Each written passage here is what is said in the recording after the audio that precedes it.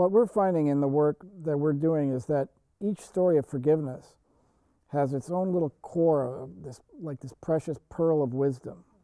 It's unique to the person telling it, and it transcends whatever spiritual background that that person is coming from. The spiritual tradition informs that story, but it doesn't limit it. What can you say about how narrative theology like this works to make the barriers between faiths more permeable and conversation more possible, and especially because every faith tradition has something to say about forgiveness?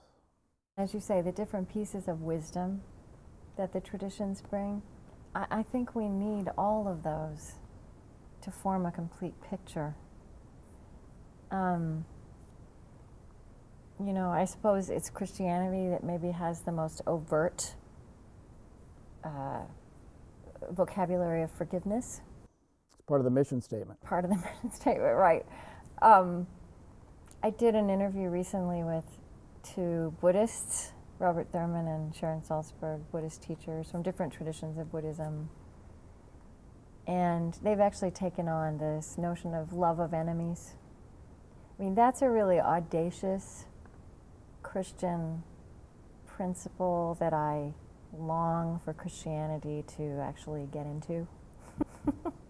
I like to say, you know, what if when Christian voices re-entered American political life, as they did after a long silence in the late 20th century, what if the effect of that had been that collectively we saw love of enemies modeled in our public spaces? I mean, that's not what happened. But it's there in the tradition. In Buddhism, it goes so far as to understand your enemies as your teachers, you know, which comes back to the idea that what people learn in those extreme cases, and I suppose also in the less extreme cases, you know, the impulse to forgive comes because your relationship with that person who harmed you changes you, right?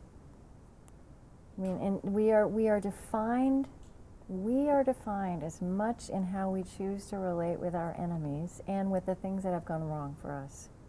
It's by anything else that defines us. And so forgiveness is a choice in how you are going to be. And the traditions have really different ways of talking about that. You know, we mentioned repair the world in Judaism. It's really a version of the same idea, and yet it adds a whole different substance to the picture. And I'm sure if we, you know, if I knew all the traditions well, if we did, we could lay that out and it would be this beautiful, very rich, nuanced array. One of the things that Michael McCullough said, that he pointed out, this scientist who studied forgiveness, is he started to understand how with the people who are closest to us, we forgive them a dozen times a day without even, you know, thinking about putting that noble word on it. I think every person that I've interviewed or that we know who's gained some maturity and some wisdom has forgiveness by some name woven all the way through, right? Embedded not only in moments of greatness, but in moments of the ordinary.